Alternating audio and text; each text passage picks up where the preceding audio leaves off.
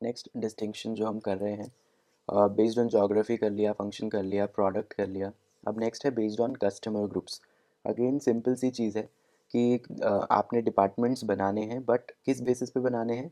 On the basis of आपके customer के types, है ना। जैसे कोई यहाँ एग्जांपल दे रखा है बैंक का, कि एक बैंक है, उस बैंक के अलग अलग टाइप के कस्टमर हो सकते हैं, इन द सेंस कि हो सकता है कुछ कस्टमर्स कॉरपोरेट वाले हों, कुछ कस्टमर्स पर्सनल जो house hold normal banking use करते हैं वो वाले हों, कुछ कस्टमर्स हो सकते हैं एग्रीकल्चर बैंकिंग के लिए आते हों।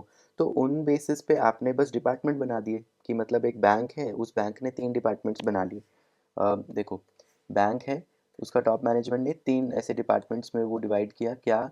कॉर्पोरेट बैंकिंग, कि कॉर्पोरेट वाले लोग आएंगे तो इस डिपार्टमेंट में चले जाना, पर्सनल बैंकिंग वाले इसमें, और एग्रीकल्चर बैंकिंग में इसमें। तो ये किस बेसिस पे है कि आपके कस्टमर, जैसे हर बिजनेस के अलग टाइप के कस्टमर्स हो सकते हैं, तो अगर आपके वेरिड डाइवर्स कस्टमर टाइप्स हैं तो आप उनके बेसिस पे भी डिपार्टमेंट्स बना सकते हो। ठीक है, जैसे लिखा है, when a business organises it's activities based on the kinds of customer groups. Customer groups के मतलब बेसिकली कस्टमर ग्रुप्स हैं अलग अलग, विच दे आर सर्विंग। जैसे एक बैंक है, वो अलग अलग कस्टमर ग्रुप्स को सर्व कर रहे हैं, 1 2 3 थ्री टाइप के कस्टमर ग्रुप्स को सर्व कर रहे हैं, तो उस बेसिस पे डिपार्टमेंट्स बन गए। इसके मेरिट्स डिमेरिट्स क्या बनाओगे अब? देखो, मेरिट सबसे बड़ा तो यही है कि आप कस्टमर्स को ध्यान ज़्यादा दे रहे हो, है ना, कि कस्टमर्स को ईजी रहे, कि जो एग्रीकल्चर वाले हैं वो सीधा एग्रीकल्चर डिपार्टमेंट में जाएंगे।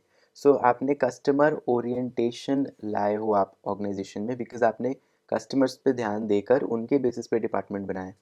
देन एक्सपर्टीज़, जैसे जो एग्रीकल्चर बैंकिंग के अंदर आप डिपार्टमेंट में लोग बिठाओगे, अब वो एग्रीकल्चर बैंकिंग में इतने स्पेशलिस्ट हो जाएंगे, क्योंकि अब वो इतने टाइम से अगर एग्रीकल्चर वाले से ही डील कर रहे हैं, तो अब उन्हें पता है कि एग्रीकल्चर में पूरा क्या सिस्टम है, लोगों में क्या प्रॉब्लम आती है, तो वो अब फास्ट फास्ट और मतलब अच्छे स्पेशलिस्ट बन जाएंगे ना एग्रीकल्चर में ही।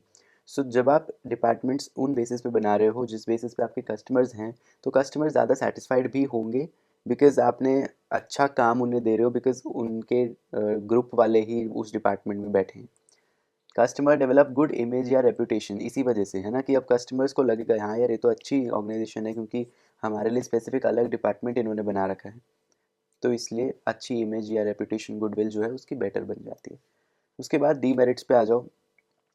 देखो, एक नुकसान तो ये है कि जैसे मैंने पिछले में बताया था एक बार, कि कस्टमर की अगर मल्टीपल नीड्स हैं, जैसे एक कस्टमर नॉर्मल कोई बैंकिंग हो सकता है इन डिपार्टमेंट्स में से ना हो, कि किसी और टाइप की हो, तो उसको समझ नहीं आएगा कि किस में जाना है। या हो सकता है कि उसकी नीड मल्टीपल हो, कि वो पर्सनल बैंकिंग कर रहा है या एग्रीकल्चर बैंकिंग कर रहा है अलॉन्ग विद पर्सनल। ऐसा भी तो हो सकता है ना, कोई एग्रीकल्चर वाला बंदा पर्सनल बैंकिंग में जा रहा हो, तो वहाँ पे कन्फ्यूजन वगैरह क्रिएट हो जाएगी और वहाँ पे उसकी नीड्स शायद फुलफिल अच्छे से ना हो पाए। ठीक है। Then understanding customers needs is not easy. अब ज़रूरी नहीं है कि हर कोई समझ ले कि कस्टमर को क्या चाहिए। कस्टमर हो सकता है खुद भी ना समझा पा रहा हो, और आप भी नहीं समझ पा रहे, बिकॉज अगेन आपने तो डिपार्टमेंट्स बना दिया आपको जो सही लगे, लेकिन ज़रूरी नहीं है ना कस्टमर्स की नीड्स उस हिसाब से हों। Then not suitable for small, again ये तो है ही कि देखो, अगर आपके ऑर्गेनाइजेशन में सारे कस्टमर्स एक ही टाइप के हैं, तो आप फिर डिपार्टमेंट्स उन बेसिस पे बना ही नहीं पाओगे, है ना। ये तो चलो बैंक था तो अलग डिपार्टमेंट्स बन सकते थे कस्टमर्स, क्योंकि उसके अलग अलग होते हैं बैंक्स के। कोई और टाइप की ऑर्गेनाइजेशन होगी तो नहीं बनेगी। ठीक है। कोऑर्डिनेशन प्रॉब्लम में राइस, अब ये तो है कि देखो, एग्रीकल्चर वाले सिर्फ एग्रीकल्चर पे ध्यान दे रहे हैं, पर्सनल वाले सिर्फ उस पे ध्यान दे रहे हैं, तो एक ओवरऑल जो ऑर्गेनाइजेशन का गोल है, उस जिसके लिए कोऑर्डिनेशन जिसके लिए चाहिए ज़रूरी है, वो कोऑर्डिनेशन वहाँ पे प्रॉब्लम आएगी।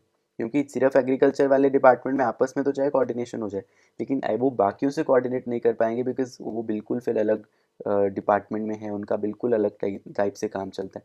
सो वहाँ पे कोऑर्डिनेशन प्रॉब्लम आएगी, कि पूरा जो ऑर्गेनाइजेशन गोल है वही, कि एक डिपार्टमेंट सिर्फ अपने पे ध्यान दे रहा है, ओवरऑल ऑर्गेनाइजेशन गोल और कोऑर्डिनेशन ओवरऑल उस पर ध्यान नहीं चल रहा। ठीक है। इसके बाद आ जाओ बेस्ड ऑन प्रोसेस। ये यूजुअली तब होता है जब एक असेंबली लाइन प्रोसेसिंग होती है। असेंबली लाइन प्रोसेसिंग समझते हो, कि जैसे एक पर्टिकुलर कुछ रॉ मटेरियल आप लेते हो, एंड वो फिर बाद में धीरे धीरे अंडरगो करता है प्रोसेस, और उससे फिर एक फाइनल प्रोडक्ट आपका बन जाता है ना। कि एक ही, जैसे यहाँ पे एग्जांपल है पेपर मैन्युफैक्चरिंग का, कि पहले तो वुड कटिंग एंड ग्राइंडिंग होगा, फिर उसमें केमिकल जो भी डालना होता है वो, फिर उसकी बीटिंग एंड रोलिंग, फिर फिनिशिंग देते हो, फिर जाके वो पेपर बनता है ना। सो एक ही चीज़ के अलग अलग स्टेजेस हैं, कि वो पहले इस स्टेज से गुजरेगा, फिर इस स्टेज से, फिर इस स्टेज से। तो ये डिपार्टमेंट्स भी बन सकते हैं इस टाइप से, कि है ना, आपने जैसे वुड कटिंग के लिए एक अलग डिपार्टमेंट है कि वो वाले लोग सिर्फ वुड कटिंग के ही काम करेंगे और ग्राइंडिंग का काम करेंगे। फिर केमिकल प्रोसेसिंग का अलग डिपार्टमेंट है कि उसमें सारे लोग वो केमिकल वाला वो जो काम है वही संभालते हैं। सो उस बेसिस पे डिपार्टमेंट्स बना दिए तो बेस्ड ऑन प्रोसेस हो जाएगा वो। सो ग्रुपिंग ऑफ एक्टिविटीज़ या making of departments based on production process, process के बेसिस पे हो रहा है ना ये। और इक्विपमेंट इन्वॉल्व कि जैसे इक्विपमेंट के बेसिस पे भी कर सकते हो ना कि हाँ ये वाला इक्विपमेंट चलाने वाले इस डिपार्टमेंट में है, ये वाला इक्विपमेंट चलाने वाले इस डिपार्टमेंट में। Usually seen in firms with assembly line processing कि है ना, एक असेंबली लाइन मतलब एक असेंबली में जैसे एक एक करके वो प्रोसेस स्टेज में आते रहते हैं। तो इसमें क्या मेरिट्स होंगे, देखो स्पेशलाइजेशन तो पक्का है कि जैसे वुड कटिंग वाले वुड कटिंग में स्पेशलिस्ट हो जाएंगे क्योंकि अब वो सिर्फ वही काम कर रहे हैं ना, उनको आप फिनिशिंग का काम दे दो वो शायद ना कर पाए। ऑप्टिमम यूज़ ऑफ रिसोर्सेज, अब जैसे जैसे ही कोई स्पेशलिस्ट बनता है तो वो एफिशिएंट यूज़ ऑफ रिसोर्सेज करेगा ही। और स्पेशलाइजेशन आई है तो डेफिनेटली रिसोर्सेज का ऑप्टिमम यूज़ है क्योंकि अब वो उस काम में स्पेशलिस्ट हैं और वो उसको बेटर तरीके से कर पा रहे हैं। प्रमोट स्किल डेवलपमेंट, जैसे मैंने बोला वुड कटिंग वाले लोग वुड कटिंग में इतने माहिर हो जाएंगे क्योंकि अब वो वही काम कर रहे हैं तो वो स्किल उनकी डेवलप हो रही है। देन एफिशिएंसी, ये भी वही और रिसोर्सेज का ऑप्टिमम यूज़ है तो एफिशिएंसी इसी वजह से आई है। इकोनॉमिकल, ये भी उसी वही एफिशिएंसीज कॉस्ट कटिंग तो इकोनॉमिकल हुआ है क्योंकि आप सेम जैसे समझो इस चीज़ को, अगर मैं डिपार्टमेंट्स ऐसे ना बनाता तो एक टाइप के लोग पहले वुड कटिंग करते, फिर वो केमिकल प्रोसेसिंग वही लोग करते, फिर वही लोग उसे बीट रोल करते और फिर वही लोग फिनिशिंग वाला काम करते। तो वो उतना एफिशिएंसी से नहीं हो पाता और वो शायद इतने अच्छे माहिर नहीं है ना कि वो कॉस्ट बचा पाएँ या बाकी चीज़ों पे ध्यान दे पाएँ। बिकॉज़ अगेन प्रॉब्लम यही है कि वो स्पेशलिस्ट नहीं है, वो सारे काम खुद ही कर रहे हैं। सारे काम खुद करते हैं तो शायद वो हर एक चीज़ अच्छे से उतनी नहीं हो पाती। तो इसलिए ये सब मेरिट्स हैं। डीमेरिट्स में देखो कोई असेंबली लाइन है ही नहीं या नॉर्मल कोई डिपार्टमेंटल स्टोर है, वो क्या ऐसे करेगा, असेंबली लाइन उसमें तो है नहीं तो वो प्रोसेस के बेस पे नहीं कर सकता। तो not suitable for small organisation कि कोई छोटी ऑर्गेनाइजेशन है वहाँ पे ये है ही नहीं प्रोसेस कोई, तो वो नहीं कर पाएगा। कोऑर्डिनेशन इशू बिटवीन डिपार्टमेंट्स, अब ये तो है ही ना कि मान लो केमिकल वाला बोल रहा है कि भाई वुड कटिंग ने मेरे को अच्छे से वुड कट करके या ग्राइंड करके दिए नहीं, प्रॉब्लम आ गई बिकॉज अब वो दूसरे पे डाल सकता है ना काम। प्लस ये सही अगला पॉइंट भी है कि डिपार्टमेंट का एक का खराब होना सबको इम्पैक्ट कर देगा कि मान लो केमिकल वाले में जो मशीन लगती है वो खराब चल रही है तो वुड कटिंग करके वो इसको दे देंगे, लेकिन ये रोलिंग वाले तो बैठे रह जाएंगे क्योंकि यहाँ से सामान नहीं आ पा रहा है ना। तो एक अगर डिपार्टमेंट पूरा खराब हो जाए तो फिर पूरा वर्किंग वो खराब हो जाती है। और कोऑर्डिनेशन इशू पे जो मैं बता रहा था वो ये था कि देखो यही चीज़ है कि जब आप सीरीज़ में काम करते हो ना तो कोऑर्डिनेशन ज़्यादा चाहिए होता है। मान लो वुड कटिंग में एक्स्ट्रा 2 दिन लग गए तो वो केमिकल वाले गुस्सा करेंगे कि भाई हमें टाइम पे नहीं मिला, है ना। इसी तरीके से वो सारा फिर लेट होता रहेगा। तो ये कोऑर्डिनेशन बहुत ज़रूरी रहता है कि है ना सारा काम कोऑर्डिनेटेड चले कि टाइम पे प्रॉपर हो और सीक्वेंस भी प्रॉपर। तो selecting the basis for departmentalisation, इसका मतलब कि आपने बेसिस अलग अलग देख लिए। अब कई बार मल्टाई या कंबाइंड बेसिस पे भी वो चलता है, मतलब एक एक बेसिस पे नहीं, मल्टी डायमेंशनल चीज़ बन जाती है वो, बिकॉज वहाँ पे इसको इसको बोलते हैं कंपोजिट या कंबाइंड बेसिस। जैसे एग्जांपल यहाँ दे रखा है देखो, सीईओ बोर्ड ऑफ डायरेक्टर्स तो है ही। अब यहाँ पे पहले एक बहुत ग्लोबल एमएनसी है कोई, उसके 3 यूएस, यूरोप, इंडियन, तीन उसके जोग्राफिकल एरियाज़ पे काम चलता है। तो उसने सबसे पहले वो डिवीज़न बना दी। उसके बाद इंडियन वाले में उसका काम बहुत ज़्यादा है तो उसने उसके अंदर सब डिपार्टमेंट्स बनाए। सब डिपार्टमेंट्स कैसे कि वो अब इंडियन वाले में फूड वाले टाइप के प्रोडक्ट्स भी बेचता है और इंजीनियरिंग गुड्स के टाइप के भी बेचता है, ठीक है। तो वो 2 डिपार्टमेंट्स बनाए तो वो क्या हो गया, प्रोडक्ट बेस्ड। और फिर अब फूड वाले जो बनाता है उसमें भी उसने मार्केटिंग डिपार्टमेंट, क्वालिटी डिपार्टमेंट और प्रोडक्शन डिपार्टमेंट अलग बना दिया कि ये वाले लोग सिर्फ मार्केटिंग संभालेंगे फूड वाले का, ये वाले लोग सिर्फ क्वालिटी संभालेंगे फूड वाले का, और ये वाले लोग सिर्फ प्रोडक्शन संभालेंगे फूड वाले का। सो फूड के अंदर भी वो उसने फंक्शन बेस्ड डिपार्टमेंट्स बना लिए। तो यहाँ पे 3 बेसिस जब हो गए एक ही उसमें, क्योंकि बहुत बड़ी मान लो ऐसी कंपनी है ना तो वहाँ पे उसे कंपोजिट या कंबाइंड बेसिस भी बोल सकते हो। सो यहाँ से एक टॉपिक और आता है, सिलेक्टिंग द बेसिस, कि आपको कैसे पता चलेगा कि कौन से बेसिस पे, जैसे अब ये 3 यही वाले क्यों चुने और क्यों नहीं चुने। तो ये सब कैसे पता चलता है कि हाँ कौन से डिपार्टमेंट्स बनाने चाहिए और कौन से नहीं। सबसे पहली चीज़ तो यही है कि ज़रूरत देखनी है ना कि किसकी ज़रूरत है, और फिर ये देखना कि अवेलेबल की बन भी सकते हैं। जैसे मान लो आपके ऑपरेशंस हैं ही सिर्फ इंडिया में तो थोड़ी आप जोग्राफिकल बेस्ड बना सकते हो। हाँ, अगर ये है कि इंडिया में ही अलग अलग एरिया हैं तो आपको हो सकता है जोग्राफिकल भी बनाने पड़ जाए। So it all depends. तो वही चीज़ यहाँ पे क्वेश्चन है कि सिलेक्ट कैसे करें वो बेसिस जिस पे आप वो डिपार्टमेंटलाइजेशन कर रहे हो, मतलब वो डिपार्टमेंट्स किस बेसिस पे बना रहे हो, वो बेसिस क्या सिलेक्ट कैसे करें। तो यहाँ पे आता है factors to be considered while selecting a basis for departmentalisation. पहला तो स्पेशलाइजेशन, कि क्या आपको स्पेशलाइजेशन चाहिए और चाहिए तो किस चीज़ में चाहिए। जैसे आपको चाहिए कि मैं स्पेशलिस्ट हो जाऊँ एक पर्टिकुलर टाइप ऑफ गुड्स में, तो फिर आप प्रोडक्ट बेस्ड बनाओगे। या आप चाहते हो मैं स्पेशलिस्ट हो जाऊँ एक पर्टिकुलर एरिया की मार्केट में, कि ये मार्केट में सिर्फ मेरा ही प्रोडक्ट चले, तो वहाँ पे आप जोग्राफिकल बेस्ड बना दोगे, है ना। फिर कंट्रोल, आप क्या चीज़ कंट्रोल बेटर कर सकते हो और क्या चीज़ कंट्रोल अच्छे से नहीं कर सकते हो। जैसे अगर आपको लग रहा है कि मेरे से भैया यूएस, यूरोप और इंडियन में यूएस वाला नहीं संभल रहा, कंट्रोल ही नहीं हो रहा, तो आप वो वाला डिपार्टमेंट हटा दोगे। या आपको लग रहा है कि मैं कंट्रोल डिपार्टमेंट्स जो है अलग अलग एरिया वाले अच्छे से कर सकता हूँ, तो आप एक और डिपार्टमेंट हो सकता है बना दो उस बेसिस पे, प्रोडक्ट जोग्राफिकल के बेसिस पे। तो वहाँ पे भी बेसिस आपने सिलेक्ट इस बेसिस पे किया कि आप कंट्रोल किस चीज़ को बेटर कर सकते हो।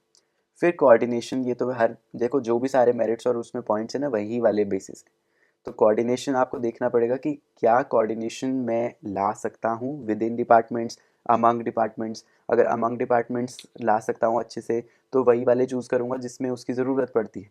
तो कोऑर्डिनेशन कौन से टाइप के लोग मेरे कर सकते हैं नहीं कर सकते हैं ये सब देखना पड़ेगा। देन अगेन जो भी मेरिट्स वाले डीमेरिट्स के पॉइंट्स थे वही बेसिस ये फैक्टर्स हैं। रिसोर्स यूटिलाइजेशन, की कितना अच्छे से आप रिसोर्सेज यूज़ कर सकते हो। जैसे असेंबली लाइन में पढ़ा था ना कि रिसोर्स यूज़ बेटर हो रहा है, तो वहाँ पे असेंबली लाइन वाले में क्या प्रोसेस बेस्ड क्यों बनाया था, क्योंकि आपको चाहिए था शायद कि रिसोर्सेज मेरे और अच्छे से यूज़ हो, क्योंकि हो सकता है आपकी वेस्टेज ज़्यादा हो रही हो पहले, या कुछ भी रीज़न हो जिसकी वजह से आपको लग रहा है कि हाँ मेरे को अब ना रिसोर्सेज यूटिलाइजेशन पे बहुत ध्यान देना कि एफिशिएंसी आए और वो सब आए। तो तब आप सोचोगे कि हाँ अब मैं प्रोसेस बेस्ड बना लेता हूँ ताकि उसका मेरिट मेरे को जो था रिसोर्स यूटिलाइजेशन का वो मिल जाए। तो वो एक फैक्टर हुआ। देन कॉस्ट बेनिफिट एनालिसिस, ये भी वही चीज़ है एफिशिएंट यूटिलाइजेशन का, कि आप जब एफिशिएंट होते हो आपकी कॉस्ट सेविंग होती है। तो मान लो आपकी एक ऑर्गेनाइजेशन है जो कि चाह रही है कॉस्ट बेनिफिट एनालिसिस करना, या हो सकता है वो कॉस्ट उसकी बहुत लग रही हो, बेनिफिट इतना ना मिल रहा हो, तो इसलिए वो चाहती है कि ये सब हो। उसलिए वो उस हिसाब से डिपार्टमेंट्स बनाएगी जिसमें उसकी कॉस्ट सेविंग हो, है ना। और शायद उन डिपार्टमेंट्स को हटा दे जिससे कॉस्ट सेविंग ना हो रही हो। देन की एरिया फोकस, की आप मेन फोकस किस चीज़ पे रखना चाहते हो, कि आप चाहते हो कि मेरा की एरिया फोकस है कि मैं क्वालिटी प्रोडक्ट्स दूँ, तो आप वो क्वालिटी कंट्रोल का फंक्शन जैसे यहाँ बनाए तो वैसे एक अलग डिपार्टमेंट बना दोगे। या आप चाहते हो कि मेरा फोकस फूड वाले प्रोडक्ट्स से थोड़ा कम होके इंजीनियरिंग गुड्स पे ज़्यादा फोकस करूँ मैं, क्योंकि वो मेरा मेन एरिया है या उसका सीज़न चल रहा है, वो ज़्यादा डिमांड में है जो भी रीज़न की वजह से।